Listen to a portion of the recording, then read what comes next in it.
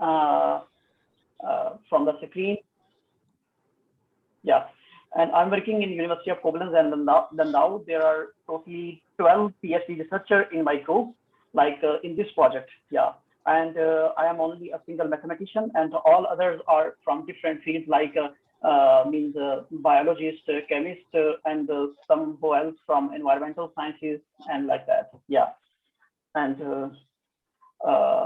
First of all मैं आपको जो मेन पॉइंट है उसकी तरफ लेके जाना चाहूंगा कि हमारा जो स्कॉलरशिप का जो मेन प्रोसीजर है जर्मनी के लिए, इवन के शायद आपको बाय नेम लग रहा होगा कि बहुत ही डिफिकल्ट होगा या वट क्या होगा, स्कॉलरशिप का सबसे इजी और आसान प्रोसीजर वो जर्मनी का है, ठीक है। किसी भी कंट्री से क्या करना है आपने, मैंने आपके लिए बड़ी आसानी एक बना दी है कि ये मैंने जर्मन यूनिवर्सिटीज की एक लिस्ट बनाई हुई है। इवन के इसके लिए मैंने तकरीबन 2 से 3 वीक स्पेंड किए हुए हैं इसके ऊपर ना। तो इसका क्या है कि जितनी पब्लिक सेक्टर यूनिवर्सिटीज हैं मैंने वो इस लिस्ट के अंदर लेके आया हूँ, और उन यूनिवर्सिटीज के जॉब पोर्टल का लिंक डायरेक्ट मैं लेके आया हूँ। जॉब पोर्टल का लिंक क्या है, अब मैं आपको बताना चाहूँगा।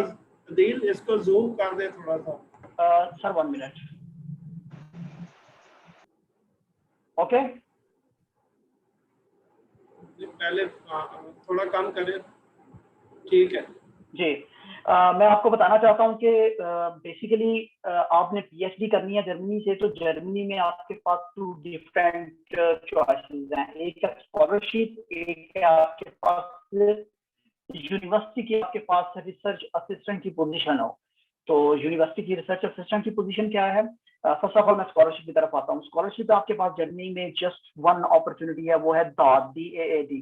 तो डॉग स्कॉलरशिप जो है वो एक बहुत लंबी एफर्ट है, और मैं आपको रिकमेंड नहीं करूंगा कि आप उसके पीछे जाएं, क्योंकि वो पाकिस्तान पूरे में जो ईयरली आपके पास तकरीबन 5 to 6 पोजीशंस होती हैं, और उन्होंने देखना होता है कि अच्छा इस कंट्री में मैथमेटिशियन ज्यादा हैं तो इस साल मैथमेटिशियन की फील्ड नहीं है, इस कंट्री में इस फील्ड के बंदे कम हैं तो हम इस फील्ड के बंदे इनरोल करेंगे दाद के अंदर। तो उसके पीछे मैं उसके ऊपर जाने के लिए मैं आपको रिकमेंड नहीं कर सकता, ठीक है। आपकी लक है, और इवन कि आपके पास प्रोफेसर का एक्सेप्टेंस लेटर भी है, रिसर्च प्रपोजल भी है, डॉक्यूमेंटेशन भी कंप्लीट है, तो फिर भी मैं श्योरिटी नहीं है कि आपका वो स्कॉलरशिप हो या ना हो। हाँ, अगर आप ओपन पोजीशन की बात करें तो फिर मेरा एक सिंपल सा फार्मूला है, मैडम जितना भी अभी जानती हैं, इधर इब्रार भी हैं वो भी जानते हैं, मैडम मुकद्दस या और भी दूसरे कुलीग, के सिर्फ 6 माह लगाएं, स्कॉलरशिप ना मिले तो फिर हमें बताएं आप, लेकिन 6 माह आपने लगाए हो। ये नहीं है कि बस लैपटॉप ओपन किया और मैंने जी 6 माह स्पेंड किया, ऐसे नहीं, 6 माह लगाए होने चाहिए आपको। अब मैं आता हूँ कि यूनिवर्सिटी की लिस्ट के ऊपर। ये यूनिवर्सिटी की लिस्ट क्या है कि इधर बेसिकली भी होता है कि जब कोई भी प्रोफेसर का किसी का प्रोजेक्ट जो है वो अप्रूव होता है, जैसे अब हमारे डॉक्टर फहद साहब हैं तो इनके पास पीएचडी का भी प्रोजेक्ट था, और इनके पास एक रिसर्च असिस्टेंट, 2 रिसर्च असिस्टेंट की पोजीशन थी, पीएचडी की भी और एक एमफिल की थी। तो अब आई थिंक पीएचडी के जो प्रोजेक्ट के ऊपर मैम हीरा काम कर रही थी, अब मुझे नहीं पता कि एमफिल के ऊपर कौन सा स्टूडेंट काम कर रहा है। इसी तरह यूरोप में, जर्मनी में प्रोजेक्ट अप्रूव होते हैं, प्रोफेसर के पास फंडिंग होती है, तो जब वो फंडिंग आती है तो प्रोफेसर क्या करते हैं कि वो पोजीशन अनाउंस करते हैं कि अच्छा जी मुझे रिसर्च असिस्टेंट चाहिए, रिसर्च असिस्टेंट चाहिए इस प्रोजेक्ट में काम करने के लिए मेरे। तो वो आपने कैसे देखना है, वो आपने क्या कहाँ से देखना है कि वो आपने यूनिवर्सिटी की वेबसाइट के ऊपर जाके देखना है। जैसे सपोज करें कि यूओजी या यूओजी में वैकेंसीज अनाउंस होती है लेक्चरर की या कोई भी ब्ला ब्ला वैकेंसी आती है, तो आपको ऑलरेडी आइडिया है कि वो उसके जॉब पोर्टल के अंदर आएगी, आप उधर से देखेंगे। एडवर्टाइजमेंट जो आप न्यूज़पेपर में देखते हैं वो तो एक अलग सीन है, लेकिन यूनिवर्सिटी के प्लेटफॉर्म से आपको वो यूनिवर्सिटी की वेबसाइट में जॉब पोर्टल के ऊपर नजर आएगी। तो इसी तरह सेम प्रोसीजर इधर यूरोपियन जर्मनी यूनिवर्सिटी का भी है। तो सम टाइम जब आप सपोज करेंगे, सबसे पहले लिखी हुई है टेक्निकल यूनिवर्सिटी ऑफ म्यूनिख, तो जब आप इसके ऊपर सर्च करेंगे तो आप इसकी वेबसाइट के ऊपर जाएंगे तो आपको इसका जॉब पोर्टल ढूंढना बहुत मुश्किल होगा, क्योंकि लाइक हर कंट्री में वेबसाइट का जो लाइक होता है ना, वेबसाइट का जो पैटर्न होता है वो थोड़ा सा क्वाइट डिफरेंट होता है। तो आप समटाइम तो जॉब पोर्टल आपको डायरेक्टली सामने से ही मिल जाएगा, समटाइम आपको एक ऑप्शन के अंदर जाना पड़ेगा, फिर उसके अंदर एंड के ऊपर जाके आपको कोई पता नहीं आधा घंटा लगाना पड़े, 20 मिनट लगाने पड़े, तो एक यूनिवर्सिटी का जॉब पोर्टल आप ढूंढ पाए। तो ये आपके लिए मैंने आसानी है, मैं अभी आपको ये चैट में ये सेंड भी कर दूंगा। अब ये जितनी भी पब्लिक सेक्टर यूनिवर्सिटीज हैं जर्मनी की, ये देखें कि स्पोर्ट के मैंने पब्लिक सेक्टर जो लेके आए, बाकी इधर और भी हैं 49 यूनिवर्सिटीज हैं जो पब्लिक सेक्टर हैं। ये यूनिवर्सिटीज इधर मोर देन 150 है, 200 के नजदीक है, लेकिन ये वो यूनिवर्सिटीज है जहाँ पे रिसर्च हो रही है और अच्छे और एडवांस लेवल की रिसर्च हो रही है। ठीक है, तो अभी हम किसी भी एक यूनिवर्सिटी के जॉब पोर्टल के ऊपर जाके चेक करते हैं, अच्छा हमने पीएचडी पोजीशन कैसे मिली है और कैसे प्रोफेसर से कांटेक्ट करना है। तो इधर से कोई भी हमें एक्सपोज करें कर लेते हैं, जैसे कि लाइक दैट यहाँ पे यूनिवर्सिटी ऑफ हाम्बुर्ग है, तो इसके ये लिंक के ऊपर आपने जस्ट सिंपल क्या करना है, ये क्लिक करना है। ठीक है, तो इसके ऊपर सिंपल आप क्लिक करेंगे तो आपके पास ये देखें कि यूनिवर्सिटी ऑफ हाम्बुर्ग का जो है ना जॉब अपॉर्चुनिटीज का पोर्टल वो ओपन हो जाएगा। ये देखेंगे आप, job opportunities at university at Hamburg. ठीक है, तो अब जब आप इसको नीचे स्क्रॉल करेंगे तो ये देखेंगे कि ये डिफरेंट रिसर्च एसोसिएट, अब ये डिफरेंट प्रोजेक्ट की पोजीशंस हैं।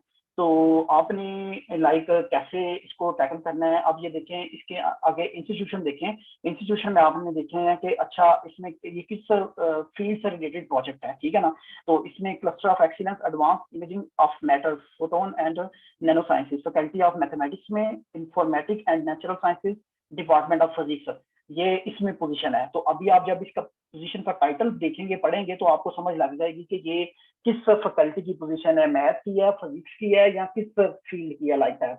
तो आप नीचे आते जाएं, ये देखें लाइक के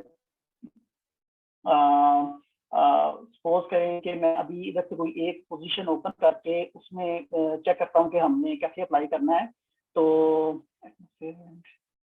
हाँ, जैसे सपोज कर ये वाली पोजीशन है research associate PRR 181 energy transfer in atmosphere and ocean, सब project M5 reducing spurious mixing and energetic inconsistencies in realistic ocean modelling. ये देखें, ये मॉडलिंग के रिलेटेड पोजीशन है। ठीक है ना, तो आपने सिंपली क्या किया, इसके ऊपर क्लिक कर लिया।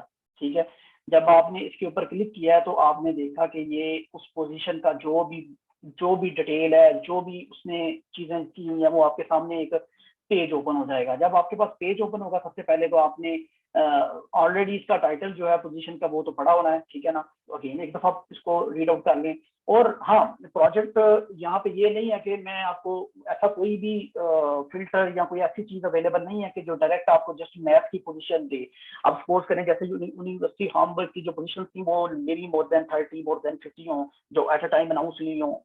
ये नहीं कि वो सारी रिसर्च असिस्टेंट की है, कोई अदर भी हो सकती हैं, कोई लाइक एकेडमिक भी हो सकती हैं, सपोज करें कोई एडमिनिस्ट्रेटिव साइड की भी। तो आपने खुद फाइंड आउट करनी है कि मैथ से रिलेटेड कौन सी है। ठीक है ना, ये थोड़ा सा टाइम टेकिंग प्रोसेस है। ठीक है, तो अब आपने सबसे पहले ऐसा देखा कि यहाँ पे के institution faculty of mathematics informative ये पढ़ के आपने, अब उसने बताया हुआ सैलरी लेवल EGR 30 TVL। ठीक है, अब मैं इस स्केल के अबाउट डिटेल से नहीं बताऊंगा, लेकिन मैं इतना बताऊंगा कि ये EGR TVL 30 दुनिया का हाईली पेड PhD स्कॉलरशिप है, highly paid PhD scholarship, even more than America.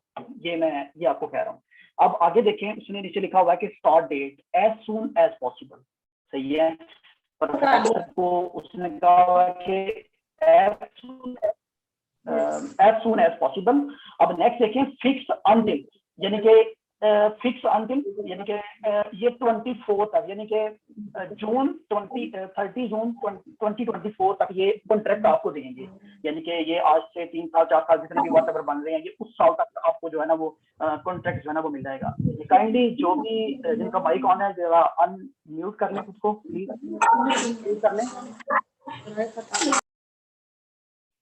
हाँ जी, तो ये देखें स्टार्ट डेट ने बताई हुई है और कॉन्ट्रैक्ट का ड्यूरेशन आप उसको उन्होंने बता दिया होगा कि कब तक कॉन्ट्रैक्ट है। सही है, इसके बाद आप लाइक आ जाएं इसके एप्लीकेशन डेडलाइन के ऊपर। तो एप्लीकेशन डेडलाइन उसने बताया हुआ है कि 30 जून 2021 है। ठीक है, तो scope of working part time, अब ये मतलब नहीं है कि पार्ट टाइम आपने PhD में काम करना है। अब नीचे इसके देखें वीकली आवर 75%। मैंने आपको बताया कि जर्मनी में जो बेसिक पे स्केल है वो TVL E13 है। आगे आपकी सैलरी जो है, आपका जो स्कॉलरशिप है वो डिपेंड करता है कि ये पोजीशन कितने परसेंट है, कि मतलब कि इसकी सैलरी क्या है। अगर ये 100% होगी तो इसकी पे फुल जितनी भी होती है, अब वो छोड़िए इसको। अब 75% का मीन्स है कि जितनी टोटल पे है उसका 75%, यानी कि अगर 100% है आपका स्कॉलरशिप तो उसमें आपको 40 आवर पर वीक काम करना पड़ेगा। अगर आपकी 75% पोजीशन है तो आपको 30 आवर पर वीक काम करना पड़ेगा। अब इससे बिलो की जाती है तो उसके अकॉर्डिंग वर्किंग आवर्स कम हो जाते हैं। अब इसका मतलब ये नहीं है कि आपने जस्ट 30 आवर्स वीक में यूनिवर्सिटी में लगाने हैं। आप एक पीएचडी स्टूडेंट हैं और आपने फुल टाइम, इवन के समटाइम सुबह 8 बजे जाना है और रात को 8 बजे भी जाना है, ठीक है। It's depend on your work and your deadline and your project meetings and presentation. तो मतलब ये है कि प्रोफेसर के पास फंडिंग ही वासी नहीं है, वो इससे ज्यादा फंड नहीं दे सकता। हाँ, इसके अलावा आपको fund, conference, each and everything, वो एक अलग चीज है। अब उसमें नीचे लिखा हुआ है कि रिस्पॉन्सिबिलिटीज के ऊपर आए तो duties include academic services in the project name above. Research associate may also pursue independent research and further academic qualification, and project result may be used in the context of a doctorate. अब वो कहता है कि ये position तो research assistant की है, लेकिन जो वो काम करेगा वो उससे अपनी डॉक्टरेट की डिग्री भी जो है ना वो ले सकता है। तो स्पेसिफिक ड्यूटीज में वो बता रहा है कि इसमें क्या है। Successful candidates are required to perform interdisciplinary and collaborative research connecting the development and analysis of high performance numerical algorithm for fluid flow simulation method, in particular for the reduction of spurious diaphragmal mixing in ocean circulation model. ये like एक project का जो main आपका main काम जो है वो आपने इस प्रोजेक्ट के ऊपर काम करना है। अच्छा, इसके लिए रिक्वायरमेंट क्या है? रिक्वायरमेंट क्या है कि university degree in a relevant field, in particularly a sound background in applied mathematics is required, ठीक है। अब ये देखें, हर चीज आपके सामने आ रही है, आप जब पढ़ रहे हैं, अच्छा आप देखते हैं, अच्छा मैं ये भी काम कर सकता हूँ, ये भी कर सकता हूँ, ये भी कर सकता हूँ, मेरी डिग्री भी एप्लीकेबल है। समटाइम ये रिक्वायरमेंट के अंदर ये भी लिखा होगा कि लाइक ये नहीं है कि उसने 3-4 फील्ड का बताया होगा कि computational science, physics, mathematics, statistics से ये सारे अप्लाई कर सकते हैं इस पोजीशन के लिए। लेकिन जब आप देखते हैं कि ये मॉडलिंग के रिलेटेड है या मैथमेटिक्स के रिलेटेड है तो फिर उसमें आपके चांसेस जो है वो ज्यादा होते हैं as compare to other field. फिर उसने कहा हुआ कि वी ऑफर, कि हम ऑफर क्या कर रहे हैं, ये वो सारी अट्रैक्टिव, रिलायबल लाइक जो ये मीन्स के जितनी भी वो फैसिलिटीज आपको दे रहे हैं, हेल्थ की, एजुकेशनल लेवल की, 30 डेज वेकेशन है पर वीक में, ट्रांसपोर्ट सर्विसेज फ्री में आपको मिल रही है, उसके बाद लाइक यूनिवर्सिटी पेंशन मिल रही है, हर एक चीज उसमें इसके अंदर उन्होंने बताई हुई है। तो ये उसके अबाउट ये नीचे 1-2 पैराग्राफ जो है ना वो बताए हुए हैं। Tips on applying. अब आ जाती है कि आपने एप्लीकेशन कैसे सेंड करनी है। कॉन्टैक्ट किससे करना है कि ये डॉक्टर आर्मिन इसके है इसका नाम और ये इसका ईमेल है, ये उसका जो है ना डायरेक्ट जो, हाँ अभी यूरोपियन में ये सीन है कि जैसे सपोज करें कि हमारा डॉक्टर अहमद साहब का एक रिसर्च ग्रुप है हमारा न्यूमेरिकल का, तो इसका भी एक ऑफिशियल पेज हो लाइक जियोजी की वेबसाइट के ऊपर। तो अगर हमारे ग्रुप के अंदर कोई पोजीशन अनाउंस होती है तो वो हमारे ग्रुप के पेज के ऊपर भी हो और यूनिवर्सिटी की वेबसाइट के ऊपर भी हो। मेरी बात समझ रहे हैं ना आप? तो यहाँ पे ये जो देखें कि ये एनर्जी ट्रांसफर .de जॉब, यानी कि ये पोजीशन इधर प्रोफेसर के पेज के ऊपर भी अवेलेबल है, ठीक है ना। तो आप उधर से भी देख सकते हैं अगर may be, but I don't think different requirement हो दोनों की, उधर और यहाँ पे और ऐसा नहीं हो सकता। लेकिन अगर आपने मोर डिटेल के साथ जाना है उधर जाएंगे, आपको मे बी पब्लिकेशन भी नजर आ जाए प्रोफेसर की और कुछ उसकी रिसर्च एरियाज नजर आए तो वो लाइक है। अब ये आ जाता है रेफरेंस नंबर 200। रेफरेंस नंबर 200 बहुत ज्यादा पोजीशन है जिनके अंदर रेफरेंस नंबर गिवन होता है और बहुत ज्यादा पोजीशन ऐसी है जहाँ पे रेफरेंस नंबर गिवन नहीं होता। रेफरेंस नंबर का के मीनिंग क्या है कि लाइक अभी उन्हीं हार्वर्ड जो है वो लाइक कितनी पोजीशन ओपन है, तो उधर जब आपने ये एप्लीकेशन सेंड करनी है तो आपने सिंपली सब्जेक्ट लाइन के अंदर रेफरेंस नंबर लिख के भेज देना है बस। Application for PhD position reference number 200, सही है। Application for research assistant reference number 200, तो वो उनको ऑटोमेटिकली पता चल जाएगा कि ये एप्लीकेशन जो आई है ना ये इस प्रोजेक्ट के लिए आई है हमारे पास। अब उसके बाद उसकी एजुकेशन है, एप्लीकेशन डेडलाइन है। आप ये देखें जो मेन मैडम ने आपको बताया था सारा कि please send application in a single PDF document by email to this email address and mention M5 in the subject line। अब उसने ऑटोमेटिकली बता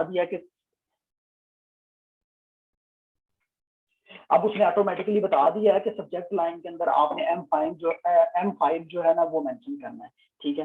तो डॉक्यूमेंट सिंगल पीडीएफ का मतलब क्या है? सिंगल पीडीएफ का मतलब ये है कि लाइक जितने भी आपके डॉक्यूमेंट है, CV, cover letter, academic documents और आपके रिकमेंडेशन लेटर, ठीक है ना, वो आपने सेम एक ही फाइल कंबाइन पीडीएफ, उनका मर्ज पीडीएफ करके एक ही फाइल बना के इस ईमेल के ऊपर सेंड करने हैं।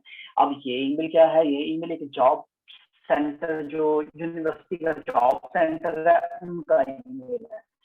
तो जब ये आप M5 लिख के भेजेंगे तो आपकी ये एप्लीकेशन डायरेक्ट जिस प्रोजेक्ट की होगी उसके प्रोफेसर को चली जाएगी, सेंड कर देंगे वो लोग ना। लेकिन आपने इनको भेजनी, आपने प्रोफेसर को नहीं यहाँ पे भेजनी। समटाइम प्रोफेसर का डायरेक्ट मेंशन होता है और आपने उस प्रोफेसर को ईमेल, जो भी ईमेल जिस तरह उसने कहा होगा कि इसको ईमेल करें, ये करें, वो करें, उस तरह आपने करना है। अब ये देखिए, application should only include the following material. देखें अब कि मोटिवेशन लेटर है आपका, ठीक है। तो फिर उसने बताया कि where candidate explain their suitability for the position in project M5। अभी जैसे मैडम ने आपको बताया था कि हर पोजीशन के लिए आपको अपना मोटिवेशन लेटर या कवर लेटर जो है वो एडिट करना पड़ेगा, चेंज करना पड़ेगा। तो ये यही चीज इधर मेन जो है ना वो बताई गई है कि लाइक मीन के आपने इस पोजीशन के अकॉर्डिंग अपनी स्ट्रॉन्ग जो मोटिवेशन है ना वो अपने कवर लेटर या मोटिवेशन लेटर के अंदर जो है ना वो शो करनी है, ठीक है। तो अब उसने कहा हुआ कि टेबुलर कुरिकुलम विटा, तो सबसे बेटर जो पैटर्न है सीवी बनाने का वो मैं आपको रिकमेंड करूंगा। पहले भी मैं आपको बता चुका हूँ, वो है यूरोपास फॉर्मेट, ठीक है। तो यूरोपास फॉर्मेट के अंदर ये प्लीज म्यूट कर दें जो भी, हेलो, अच्छा, यूरोपास फॉर्मेट के अंदर आप अपनी सीवी बनाएं, ठीक है, ताकि आपको मोस्टली जो यूरोपियन प्रोफेसर हैं वो यूरोपास फॉर्मेट को रिकमेंड करते हैं और उसकी जो एप्लीकेशन होती है ना उसको लाइक मीन्स के वहां पे एक प्री डिफाइन है कि यहाँ पे एकेडमिक डिटेल है, यहाँ पे स्टूडेंट का कॉन्टैक्ट डिटेल है, यहाँ पे ये है, यहाँ पे ये है, तो प्रोफेसर के लिए वो आसानी होती है, ठीक है ना। तो अब नेक्स्ट वन है a transcript of record of your bachelor and master study.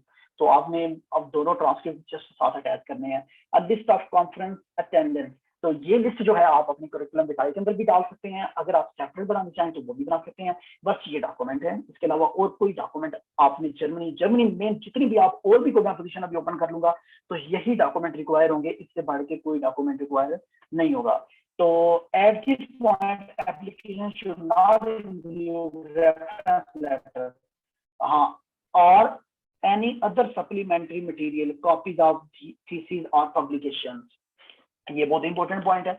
अब ये क्या है कि जब आपकी सीवी, आपका कवर लेटर, आपके ट्रांसक्रिप्ट प्रोफेसर के पास पहुंचेंगे, वो देखेगा कि ये कैंडिडेट सूटेबल है, तो देन वो आपसे अगेन कांटेक्ट करेगा कि मुझे रेफरेंस लेटर भेज दें, ठीक है, या वो आपके रेफरेंस से खुद कांटेक्ट करेगा जो आपने अपनी सीवी के अंदर मेंशन किए होंगे, ठीक है। अब वो कांटेक्ट करेगा तो वो ऑलरेडी आपके प्रोफेसर को पता होना चाहिए, आप उनको बता दें कि सर अगर कोई मेरे रिलेटेड ईमेल आए तो काइंडली मुझे बता दीजिएगा, या व्हाटएवर मेरी जो रिकमेंडेशन है वो सेंड कर दीजिएगा।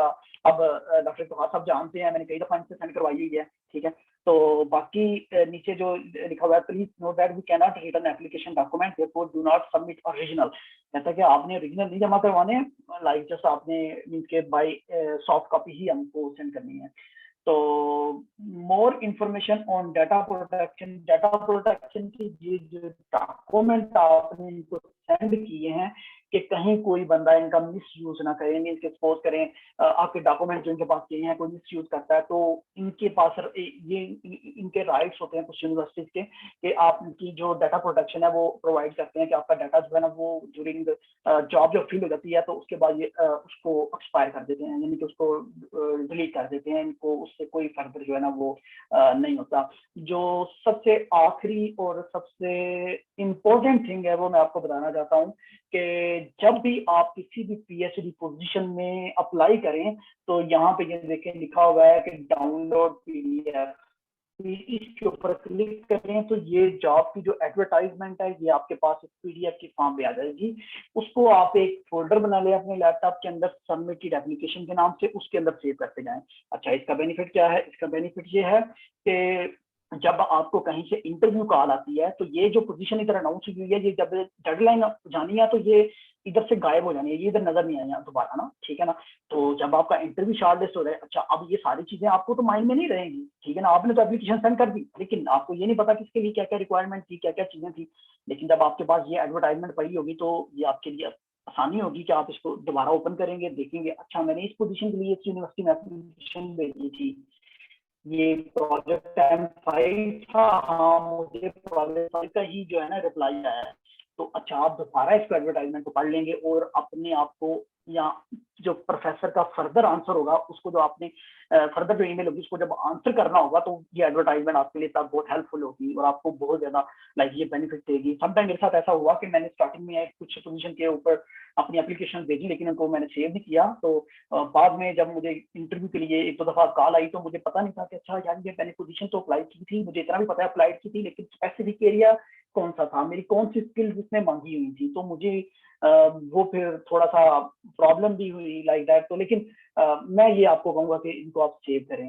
तो जर्मनी का इससे आसान वे कोई नहीं है। मैं अभी चैट के अंदर ये लिस्ट पूरी शेयर भी कर सकता हूँ, कर देता हूँ आपको, और ये मीन्स के आप इसके ऊपर वर्क कर सकते हैं। आपने आपको डेली के ऊपर रखें कि मैंने आज 2 यूनिवर्सिटीज में 3 यूनिवर्सिटीज में सर्च आउट करना है, अप्लाई करना है, उनमें पीएचडी पोजीशन ढूंढनी है। ये नहीं कि मैं कहूँ कि आप सारी ये 40 यूनिवर्सिटीज हैं उनको एक दिन में कंप्लीट करें, लाइक तो उसमें ना डील एक बात है, एक दो पॉइंट्स हैं जो मैं डिस्कस कर देता हूँ स्टूडेंट्स के लिए। जी जी सर। वो ये है कि आमतौर पे ना ये जो रेफरेंस लेटर होते हैं ये इसकी इम्पोर्टेंस बहुत ज़्यादा है, और ये जो है ना जब प्रोफेसर को सेंड करती है यूनिवर्सिटी तो वो बेसिकली कॉन्फिडेंशियल होता है कि आपने जो है ना वो जो भी उस स्टूडेंट्स के बारे में जो भी बातें आपने लिखनी है वो कॉन्फिडेंशियल होती हैं और आमतौर पे स्टूडेंट्स को नहीं बताई जाती, कन्वे नहीं की जाती। और ये चूँकि वो एथिकली भी नहीं होता क्योंकि उसमें लिखा होता है ना कि ये सारी चीज़ें कॉन्फिडेंशियल हैं जो आप हमें सेंड कर रहे हैं। तो ये भी याद रखें कि एक ही पोजीशन पे अभी फ़र्ज़ कर लें एक ही यूनिवर्सिटी से 3 या 4-5 लोगों ने अप्लाई कर दिया है, तो एक जैसे रेफरेंस लेटर जब जाएंगे ना तो वो भी थोड़ा सा एम्बिगुइटी पैदा कर देते हैं। यानी आपका जो रेफरेंस लेटर है वो दूसरे स्टूडेंट के रेफरेंस लेटर से डिफरेंट होना चाहिए। अगर वो एक जैसी बातें सब के अंदर लिखी हुई हैं तो वो जो है ना आमतौर पे उस रेफरेंस लेटर की जो है ना बर्थ थोड़ी सी मशकूक हो जाती है। इसलिए जो है ना ये है कि जो रेफरेंस लेटर है वो आपका प्रोफेसर उसी वक्त आपको देगा जब वो आपको अच्छी तरह से जानता होगा या आपने उससे स्टडी किया होगा या आपकी जो है ना कोई आउटपुट उसके सामने होगी। और इसलिए ये ज़रूरी होता है कि आप अपने टीचर्स के साथ आपका अच्छा रिलेशन हो। जी, मैं इधर एक चीज का और थोड़ा सा इजाफा करना चाहूंगा कि देखें, सर ने बहुत अच्छा पॉइंट जो है ना वो बताया, इवन कि मैं शायद मेरे माइंड में भी था लेकिन अभी जाए मेरे माइंड से निकल गया था। बहुत ज्यादा स्टूडेंट जो है जूनियर या हमारे कुलीग या दोस्त वो कांटेक्ट करते हैं, अच्छा हमें रिकमेंडेशन लेटर भेज दें, हम उस पैटर्न के ऊपर बनवा लेंगे, या हमें अपना कवर लेटर दे दें, हमें अपनी सीवी दे दें, ये कर दें वो कर दें। तो समटाइम हमें बंदे को देख के उसको सेंड भी करनी पड़ती है, क्योंकि सपोज करें, मैं वैसे एग्जांपल दे रहा हूँ, डॉक्टर प्रहार साहब कहते हैं ये मेरा स्टूडेंट है, इसको आप ये डॉक्यूमेंट सेंड कर देना, तो जस्ट उसको लाइक चाहिए फॉर्मेट चाहिए बस, तो वो देख लेगा। तो मेरा मतलब कहने का ये है कि जैसे अभी माशाल्लाह हमारी इस मीटिंग में मोर देन 15 लोग हैं, तो लोग अगर सपोज करें मैं 15 के साथ अपने डॉक्यूमेंट शेयर कर देता हूँ, और मैं बिलीव के साथ कहता हूँ कि मोर देन 30 लोग सेम वही डॉक्यूमेंट के ऊपर अपना नाम चेंज करेंगे और वो सेंड कर देंगे, क्योंकि ये वर्क नहीं करेंगे उसके ऊपर, कवर लेटर के ऊपर, अपनी सीवी के ऊपर। अगर मैं यहाँ पे बैठा हुआ हूँ तो बिलीव मी, इसमें सबसे पहले मेरे टीचर्स का रोल है, डॉक्टर फहाद साहब हैं, डॉक्टर शमसुल कमर है, सेकंड नंबर क्योंकि इनकी रिकमेंडेशन बड़ी मैटर करती है, दूसरे नंबर के ऊपर मेरे डॉक्यूमेंट है जो मैंने अपने लिए खुद लिखे हुए हैं, कवर लेटर है, सीवी है, ठीक है। आपको इसके ऊपर काम करना है, ठीक है, बजाय इसके कि ये दे दें वो दे दें, आप अपना कवर लेटर लिखें, अपनी सीवी लिखें, मैडम विद्या को भेजें, मुझे भेजें, कि ये चेक करें कि क्या आया, कि ठीक है नहीं है, अगर हमें नहीं ठीक तो कहाँ पे इंप्रूवमेंट की जरूरत है। तो वो गाइड करने के लिए हम आप रेडी हैं, और इवन के इस ग्रुप में ऑलरेडी जो सीनियर लोग हैं वो ऑलरेडी सेंड करते रहते हैं और उनको हम गाइड करते रहते हैं। अभी मैं आपको बताऊं कि रिसेंटली आज से 1 माह पहले बहुत ही क्लोज मेरा दोस्त, अभी उसकी मैरी क्यूरी की पोजीशन हुई है सेम की, तो कॉमसेट में हम एक साथ रहे हैं 2 साल, और बहुत अच्छा दोस्त, भाइयों की तरह। तो यकीन माने कि जिस दिन उसने अपना प्रोसीजर स्टार्ट किया, तो उसके बाद विदिन 4 to 5 मंथ उसकी पोजीशन फाइनल हो गई। ठीक है, और जिस दिन उसने स्टार्ट किया, मेरे पास अभी मैसेज पड़ा हुआ है, तो मुझे उसने कहा अदील मुझे अपना कवर लेटर भेज देना। तो मैंने उसको कॉल की और उसको कहा कि अगर मैं तुम्हें अपना कवर लेटर दूंगा तो मैं तुम्हारा दोस्त नहीं हूँ, मैं तुम्हारा दुश्मन हूँ। कहता कि क्या मतलब? मैंने कहा इसका मतलब तुम्हें तब समझ आएगी जब तुम पीएचडी पोजीशन ले लोगे। तो सर उसने खुद कवर लेटर लिखा, 4 दफा मैंने उसको देखा, रिव्यू किया, उसको कहा ये कर लो ये कर लो ये कर लो, और फाइनली उस स्टेज के ऊपर लेके आया कि जो वाकई ही कवर लेटर है। मैं कोई एक अच्छा इंग्लिश मैन तो नहीं हूँ, लेकिन साइंटिफिकली वे से मैं कह सकता हूँ कि लाइक इसमें ये चीज ऐड होनी चाहिए, ये होनी चाहिए, ये होनी चाहिए। तो मकसद कहने का ये है कि आप अपनी इन चीजों के ऊपर वर्क करें, इनके ऊपर वर्क करने के बाद प्रोफेसर के ऊपर या इस प्रोसीजर के ऊपर, जो मैंने आपको अभी ये यूनिवर्सिटी की लिस्ट आप डाउनलोड कर लें, चैट के अंदर पड़ी हुई है, तो इसके ऊपर बात में आए। पहले आपके पास मटेरियल कंप्लीट होना चाहिए, ठीक है ना। बस में बैठने से पहले आपके पास टिकट होनी चाहिए, ठीक है। तो टिकट में आपके क्या है, आपके डॉक्यूमेंट्स हैं। तो डॉक्यूमेंट्स आपके कवर लेटर सबसे पहले है, सीवी सबसे पहले है, एकेडमिक डॉक्यूमेंट बाद में है। आपका सीजीपीए भी मैटर नहीं करता, आपकी दूसरी चीजें भी मैटर नहीं करती हैं, लेकिन इस लिहाज से नहीं, क्योंकि प्रोफेसर में सबसे पहले आपका कवर लेटर पढ़ना है, आपकी सीवी देखो, सीवी को देखना है। तो काइंडली मैं आपको यही कहूंगा, अगर आप फॉरेन स्कॉलरशिप लेना चाहते हैं तो सबसे पहले इन दोनों चीजों के ऊपर काम करें, और इन दोनों चीजों के ऊपर काम करने के बाद लाइक अपनी फुल आप मैडम विद्या को भेज दें, मुझे भेज दें, हम उसको रिव्यू करके आपको दोबारा भेज देंगे। जो भी हुई, एक दफा नहीं आप सही करेंगे, दूसरी दफा नहीं करेंगे, तीसरी दफा तो आप ठीक कर लेंगे ना। तो आप एक ऐसा फॉर्मेट चूज करें कि जो जनरल हो, जिसके पहले पैराग्राफ के अंदर आपको चीजें चेंज करनी पड़े, यूनिवर्सिटी का नाम चेंज करना पड़े, पोजीशन का नाम चेंज करना पड़े, और आप जस्ट डायरेक्ट प्रोफेसर को वो हर, क्योंकि इसके ऊपर काम करना जो है ना वो बेनिफिशियल है कि आप एक ऐसा जनरल फॉर्मेट बनाएं, ठीक है, जिसके अंदर पहले पैराग्राफ के अंदर आपको वो 2-4 लाइनें चेंज करनी पड़े, और हर पोजीशन के लिए वो एप्लीकेबल हो, आपकी एबिलिटी हर चीज उसके अंदर फिट आ रही हो। बजाय इसके कि अच्छा ये पोजीशन देखी, इसके ऊपर बैठ गए आप 2 दिन कवर लेटर बनाने और टाइम वेस्ट, तो ये वो बोल ब्ला ब्ला ब्ला। तो मेरी तरफ से यही था। और इसके बाद लाइक सर से देख लेते हैं, मैडम मिर्जा से, उन्होंने शायद एक और प्लेटफॉर्म था यूरोएक्सेस, जो ऑलरेडी हमने पहले भी डिस्कस किया था। यूरोएक्सेस के बारे में ही मैंने थोड़ी बात करनी थी, अगर हमारे पास है time capacity sir, can we discuss for 10 to 15 minutes more? हाँ जी, आप अगर 10 मिनट है आप कर ले। Sure sir. सर इसके बाद आंसर सेशन, क्वेश्चन का सेशन बचता है 10 मिनट के बाद, कर लेते हैं आंसर जो है ना, क्वेश्चन सेशन जो है ना वो बेहतर है। अच्छा ये 10 मिनट है, इसमें आप कर लें, फिर हम इसको अपग्रेड कर लेते हैं। क्वेश्चन आंसर, अच्छा, ठीक है, क्वेश्चन आंसर के लिए अपग्रेड कर लेंगे। मैडम इनको यूरोसेक्स के बारे में ना, एक्सेस के बारे में बताएं कि कैसे शॉर्टलिस्ट करना है, कैसे प्रोजेक्ट सिलेक्ट करना है। और जी सर, आप शेयरिंग जरा ऑफ कर दीजिएगा, फिर मैं इसको स्टार्ट कर सकूंगी। यूरोसेक्स शेयरिंग मैं कर दूं? नहीं, आप अपनी शेयरिंग ऑफ करें तो मैं शेयरिंग स्टार्ट करूंगी। थैंक यू जी। यहाँ पे मैं शेयर करने लगी हूँ आपके साथ यूरोएक्सेस, जो कि एक वर्ल्ड वाइड वेबसाइट है जिसके ऊपर मैथमेटिक्स को ही हमेशा से डिस्कस किया जा रहा है। मैथमेटिक्स के रिलेटेड जितने भी टॉपिक्स हैं उन्हीं की बात हो रही है। तो let me just share my screen.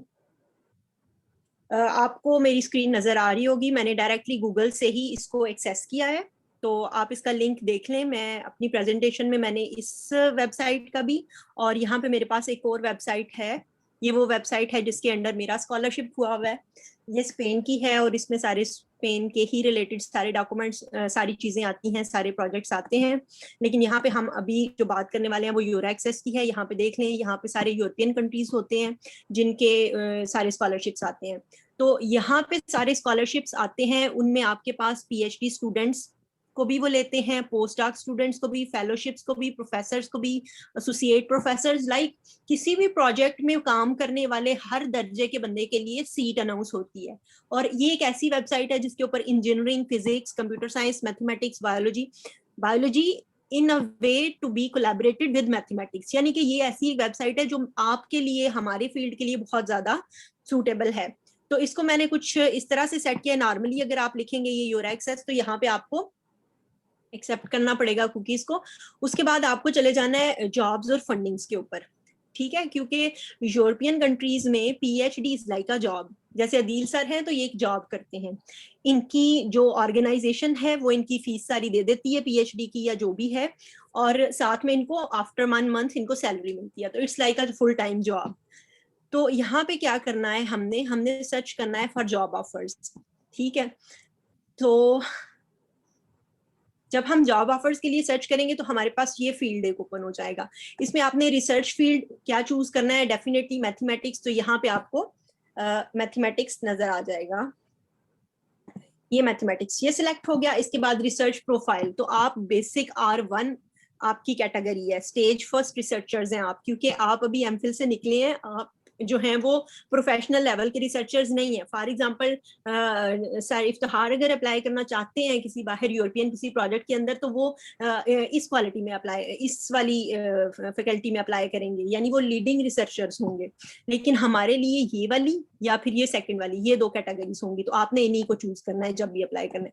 उसके बाद सेक्टर है, तो हायर एजुकेशन अप्लाई कर सकते हैं आप, इसमें अप्लाई कर सकते हैं, और पब्लिक रिसर्च इंस्टीट्यूशंस में या फिर रिसर्च लेबोरेटरीज में भी, ठीक है। मैं अभी ये सिलेक्ट नहीं करूंगी क्योंकि मैंने यहाँ पे ऑलरेडी ये काम किया हुआ है। उसके बाद यहाँ पे वो कहता है कि आपकी प्रेफरेंसेस कौन से कंट्रीज हैं, लाइक मैं ये जो फिल्टर लगा रहा हूँ ये किन कंट्रीज के लिए है, तो मैंने अपने रिक्वायर्ड कंट्रीज पे लगा दिया। जैसे कई लोग साइप्रस नहीं जाना चाहते, भाई I am not interested in Cyprus, I am not interested in Hungarian scholarship, और I am not interested in चेक रिपब्लिक और व्हाटएवर, तो वो अपनी मर्जी से यहाँ पे चूज कर ले। मैंने जो मुझे सूटेबल लगते थे मैंने वो कर लिए। उसके बाद यहाँ पे यूरोपियन रिसर्च प्रोग्राम्स हैं, ये सारे प्रोग्राम्स हैं, इनमें वो मैरी क्यूरी है जिसके बारे में सारा दिल बात कर रहे हैं कि बहुत अच्छा स्कॉलरशिप है। इसके अलावा ये फर्स्ट वन, थर्ड वन, ये सारे ही इंपॉर्टेंट हैं।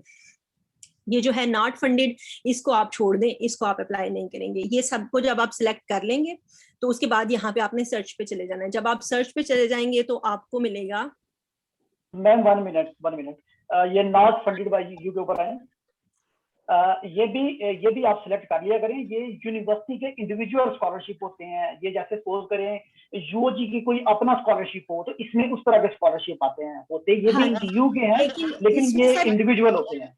सर इसमें क्या होता है, इसमें आपका स्टाइपेंड बहुत थोड़ा होता है, और इसमें आपको यानी ये यानी आप अगर आपके फीस यानी कि यूनिवर्सिटी की तरफ से माफ है, आपको फीस नहीं देनी पड़ेगी, लेकिन अगर आपको अकोमोडेशन और अपना खाना पीना खुद से करना पड़ेगा, तो this could be something which normally we don't want to get that. Like ऐसे स्टूडेंट्स जो अप्लाई करना चाहते हैं कि जी हमें पार्शियली फंडिंग भी मिल जाए लेकिन स्कॉलरशिप मिले, we are determined to do our PhD, तो वो अप्लाई कर सकते हैं।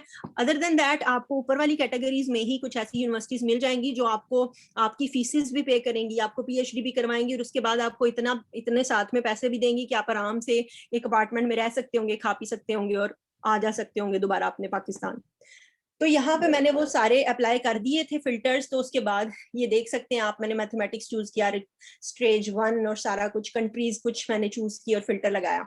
उसके बाद ये कुछ स्कॉलरशिप्स खुद ही उसने मुझे देने शुरू कर दिए। पहले स्कॉलरशिप की बात करते हैं।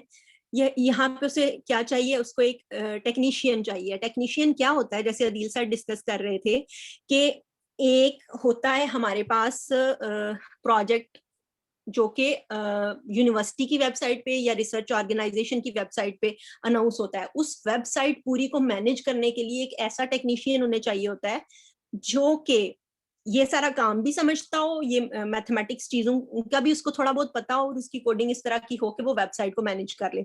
अगर आपने जैसे आजकल पीएम प्रोग्राम में, इमरान खान के प्रोग्राम में काफी सारे ऐसे प्रोग्राम्स आए हैं जिनमें हम वेबसाइट्स क्रिएट करना सीख रहे हैं आजकल लोग, तो अगर आपने किसी ने वो किया है तो आप इसमें भी अप्लाई कर सकते हैं। उससे क्या होगा, हो सकता है आपको ये ग्रांट 6 माह के लिए मिले, लेकिन क्या होगा कि उस 6 माह में आपके उस प्रोफेसर के साथ लिंक्स इतने अच्छे बन जाएंगे कि समहाउ आप आगे अपनी पीएचडी को परस्यू कर सकते हो। तो ये देख लें जी, ये बहुत अच्छी यूनिवर्सिटी है, कतलोनिया में, यानी स्पेन में ही है, बार्सिलोना। तो इसमें ये स्कॉलरशिप है, मैं इसको डिस्कस नहीं करूंगी, हम स्पेसिफिकली उसी डिस्कस करेंगे जो पीएचडी के लिए है। उसके बाद सॉफ्टवेयर इंजीनियरिंग है, इसको छोड़ देते हैं। ये हमारे पास आई है early stage researcher.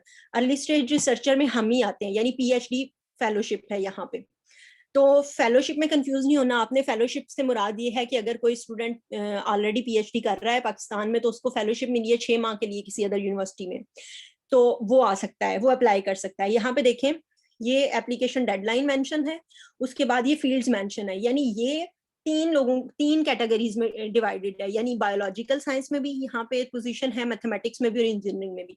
Origin Spain और यूनिवर्सिटी ये है, इसको भी हम नहीं डिस्कस करेंगे, हम डिस्कस करेंगे direct PhD position in artificial intelligence. ठीक है, तो किसी भी स्कॉलरशिप पे जाने के लिए यहाँ रीड मोर पे क्लिक किया जाता है। मैंने रीड मोर पे क्लिक किया और ये हम आ गए नेक्स्ट वाले टैब में। लेट्स सी कि उसे क्या क्या चाहिए है। हर पेज इसी तरह से निकलने वाला है, इसके नीचे कोई 10 मजीद पीएचडी पोजीशंस पड़ी हुई हैं स्पेसिफिक फील्ड्स में। ये सब्जेक्ट होगा हमेशा आपकी ईमेल का। ठीक है, यहाँ पे आ जाते हैं, वो कहता है वेयर टू अप्लाई। तो यहाँ पे ये देख लें, ये उसने ऑर्गेनाइजेशन कंपनी, उसका नंबर मेंशन है, ये रिसर्च फील्ड्स हैं। आप देख रहे हैं यहाँ पे कंप्यूटर साइंस है, इंजीनियरिंग है, मैथमेटिक्स है, फिजिक्स है और टेक्नोलॉजी है, यानी आईटी वगैरह है। उसके बाद ये लोकेशन दे रहा है जी, ये स्पेन की ही है हमारे पास grant. Type of contract temporary लिखता है क्योंकि ये पूरी जिंदगी नहीं चलती, पीएचडी का कॉन्ट्रैक्ट 4 साल का ही होता है। इसके बाद जॉब स्टेटस मैटर करता है, अगर तो आपका फुल टाइम स्टेटस है तो that is one of the best things, क्योंकि आप कभी भी पीएचडी को पार्ट टाइम चला नहीं सकेंगे, तो आपका फुल टाइम स्टेटस होना जरूरी है। स्पेन में जो जॉब आवर्स हैं वो 40 हैं, यानी पर वीक आपको 40 घंटे काम करना है, जिसमें आप नॉर्मली टाइमिंग सुबह 8 से शाम 7 बजे तक होती है। वो कह रहा है कि स्टार्टिंग डेट 1 अक्टूबर है, ये एग्जैक्टली वही डेट है, पिछले साल 1 अक्टूबर से मेरा प्रोजेक्ट शुरू हुआ था। उसके बाद वो ये देख लें जी, ये मैरी क्यूरी का स्कॉलरशिप है और ये ग्रांट नंबर जो अदील सर ने मेंशन किया था। ठीक है, इसके बाद यहाँ पे उसने डिस्क्राइब किया है कि पूरी डिस्क्रिप्शन जो वो ऑफर कर रहे हैं। ठीक है, ये आप तसल्ली से आराम से बैठ के पढ़िएगा। इसके साथ reference number, PhD research topic और ऑब्जेक्टिव। इस ऑब्जेक्टिव में देख लें जी, बाइजियन नेटवर्क्स के बारे में वो बात कर रहा है और इस तरह की कुछ चीजें हैं, मॉडलिंग के बारे में बात कर रहा है, रेजोनेंस के बारे में, और ये देख लें जी मैथमेटिकल प्रोग्रामिंग प्रॉब्लम्स, यानी कि अगर आपकी कंप्यूटेशन अच्छी है तो आप सर्वाइव कर सकते हैं। इसके बाद ये उसके थ्योरेटिकल कंट्रीब्यूशंस में ये 2 चीजें हैं, इसको आपने बड़े ध्यान से देखना है कि क्या ये आपकी कैपेसिटी में आती हैं या नहीं। इसके बाद एक्सपेक्टेड रिजल्ट्स देख लें जी, इसमें ये सारी चीजें हैं जो वो अपने प्रोजेक्ट से एक्सपेक्ट करता है। लाइक अगर आप इसमें being a PhD student involve होते हैं तो कल को आप इसको ये देखें जी, कंट्रोल मैं पी करूंगी तो यहाँ पे मेरे पास ये सेव का वो मुझे ऑप्शन दे देगा। यहाँ से मैं इसको, जब तक ये लोड होता है यहाँ पे ऑप्शन आ जाएगा मेरे पास सेव का, तो आपने जैसे दिल सर ने बताया सेव करके रख लें। ठीक है, अदरवाइज अगर आप सेव नहीं करेंगे तो फिर क्या होगा, कल को आपको अभी 1 मिनट चल रहा है लास्ट वाला, इसमें फिनिश कर दे। वैसे जो है ना, ये जो अभी बेजियन इन्होंने बताया न्यूरल नेटवर्क जो है, ये सुपरवाइज लर्निंग में आता है।